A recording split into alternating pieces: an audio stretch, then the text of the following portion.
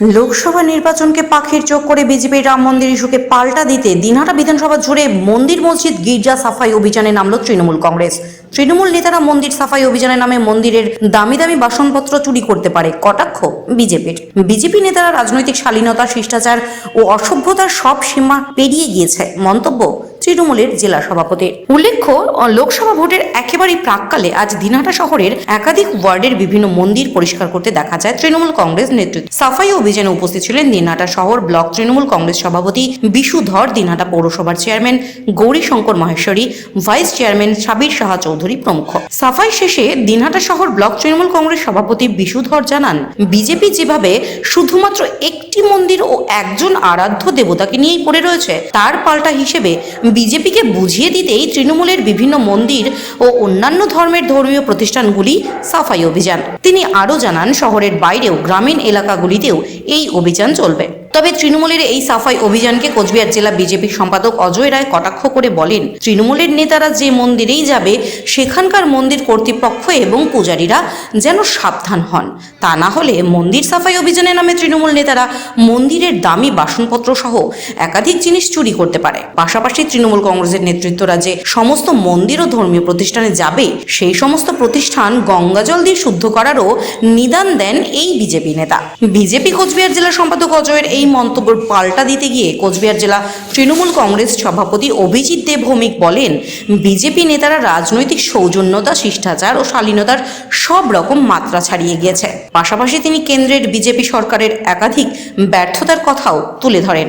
এখন আমি সকলের উদ্দেশ্যে আমি একটা কথাই বলবো, যে এই চোর তৃণমূল যেখানেই যাবে তাদের উদ্দেশ্য থাকবে চুরি করার। আর বিভিন্ন মন্দিরে আমরা জানি যে ওখানে ঠাকুরের বাসনপত্র, দামি দামি বাসনপত্র থাকে, ঠাকুরের গয়না থাকে। এরা এই সাফাই অভিযানের নামে ওই মন্দির না সব কিছু সাফ করে দেয়, সেদিকে আমি নজর রাখতে বলবো। যারা মন্দির কমিটিতে যারা রয়েছে, ওখানকার পূজারী যারা রয়েছে, আর এরা যেখানে যাবে সেই মন্দির, পবিত্র মন্দির আমাদের হিন্দু ধর্মের কাছে, মন্দির আমাদের কাছে আর পবিত্র স্থান। আর এরা যেখানে যাবে সেই জায়গা অপবিত্র হবে।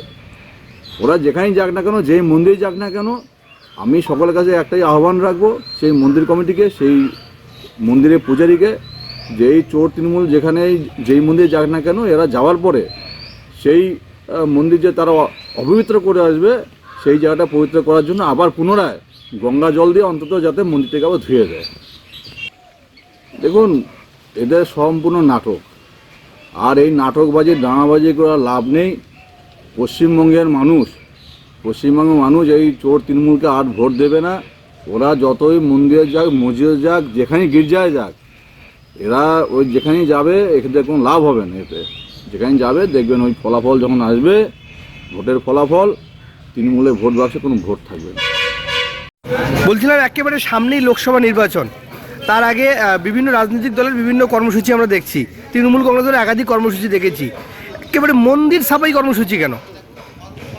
একদিকে যেমন রাম মন্দির নিয়ে সারা ভারতবর্ষে হাল্লা চলছে, রাম মন্দিরকে কেন্দ্র করে ভোট করাইতে চাচ্ছে হিন্দু ধর্মের সুশ্রী দিয়ে, আমরা সেটাকে ঠিক প্রতিহত করতে চাচ্ছি, ঠিক একেবারে প্রতিহত করতে চাচ্ছি যে মন্দিরগুলোও আমাদের কারো বাবার সম্পত্তি না, মোদি বা বিজেপির বাবার সম্পত্তি না, মন্দিরগুলোও আমাদের। আমরা এটা বোঝাইতে চাচ্ছি যে তোমরা শুধু রাম মন্দির নিয়ে আসো, শুধু তা না, আমরা যেমন হিন্দু ধর্মের মন্দিরগুলো পরিষ্কার করব, আবার ঠিক একইভাবে আমরা মসজিদগুলো পরিষ্কার করব, আবার গির্জাগুলো পরিষ্কার করব। আমাদের ভারতীয় যে সংস্কৃতি, সেই সংস্কৃতিকে মান্যতা দিয়ে আমরা নানা ভাষা, নানা মতের যে চর্চা ভারতবর্ষে, সেটাকে বজায় রাখবো। আর বড় কথা, যে ধর্মকে নিয়ে যে বিভাজন এবং রাজনীতি করার বিজেপি চেষ্টা করছে, আমরা এটা বলতে চাচ্ছি যে হিন্দু ধর্ম কারো বাবার সম্পত্তি নয়। হিন্দু ধর্ম, যারা হিন্দু তাদের, হিন্দু ধর্মকে নিয়ে রাজনীতি করবেন না। মানুষ এটাকে যাতে বুঝতে পারে যে আমরা হিন্দু ধর্মের পক্ষে শুধু নেই, আমরাও যেমন ধর্ম পালন করব, রাজনৈতিক ধর্মও পালন করব। সেই সাথে বিজেপির যে চক্রান্ত ধর্ম নিয়ে, সেটাকে প্রতিহত। তাহলে কি 2024-এর যে লোকসভা নির্বাচন মন্দির, মসজিদ, গির্জা এসবের প্রাসঙ্গিক হতে চলেছে?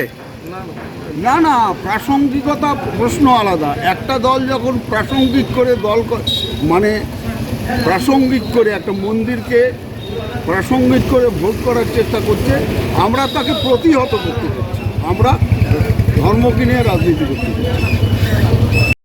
বোকা বোকা কথা বলে, অসভ্যতার একটা সীমা থাকা উচিত। রাজনৈতিক শালীনতা, শিষ্টাচার যারা ভুলে গিয়ে পরে বিরোধী রাজনৈতিক দলের প্রতি কী ধরনের ভাষা ব্যবহার করা উচিত, সেই সমস্ত রাজনৈতিক দলের নেতৃত্বদের সাথে কী ধরনের শালীনতা ভাষা থাকা উচিত, সেই সংস্কৃতি এদের নেই। কারণ শুধু বিরোধী রাজনৈতিক দল নয়, বিরোধী ধর্মের মানুষকেও এরা যে ভাষায় ঘৃণা এবং আক্রমণ করে, এদের সাথে এই বিষয় কথাগুলোর উত্তর দেওয়া আমরা প্রয়োজন আছে বলে মনে করি না। তবে আমি হিন্দু পরিবারের ছেলে, আমি মনে করি হিন্দু মন্দির ধোয়া বা মন্দিরে পুজো পাঠের অধিকার সব হিন্দুরই আছে, এটা বিজেপিকে ঠিকা দেওয়া হয়নি। এটা নাম্বার 1। নাম্বার 2, হিন্দুত্ব শেখার জন্য বিজেপির পাঠশালায় পাঠ করতে হবে, এটাও আমরা মনে করি না। আর নাম্বার 3, রাজনৈতিক দলের কাজ এটা নয়। রাজনৈতিক দলের কাজ মন্দির প্রতিষ্ঠা করে পূজা অর্চনা করা নয়। রাজনৈতিক দলের কাজ মানুষের সেবা করা। রাষ্ট্র যারা পরিচালনার দায়িত্বে আছেন, যারা রাজ্যের পরিচালনার দায়িত্বে আছেন, তারা দেশের রাজ্যের যারা উন্নয়নের কাজ করবে। মাননীয় মুখ্যমন্ত্রী তো উন্নয়নের কাজ করছেন, বাকি যারা আছেন তারা কী করছেন এটা দেখতে হবে। আপনাকে মন্দিরে বসে পুজো করার জন্য ভোট দেওয়া হয়নি। 10 বছর ক্ষমতায় আছেন, 10 বছর পূর্তিতে এসে একটা মন্দিরে বসে পুজো করলেন, তারপরে বললেন 15 বছর ক্ষমতায় থাকবো, এটা তো হবে না। আপনাকে যে কাজ দেওয়া হয়েছে রাজনৈতিকভাবে, গণতান্ত্রিকভাবে, ভোট প্রক্রিয়ার মাধ্যমে, সেটা হচ্ছে রাষ্ট্রের সুষ্ঠু পরিচালনার জন্য। চায়না জমি অধিগ্রহণ করে দিচ্ছে, আপনি কিছু বলছেন না। পাক অধিকৃত কাশ্মীর আপনি উদ্ধার করতে পারলেন না। বছরে 2 কোটি বেকারের চাকরি আপনি দিতে পারলেন না।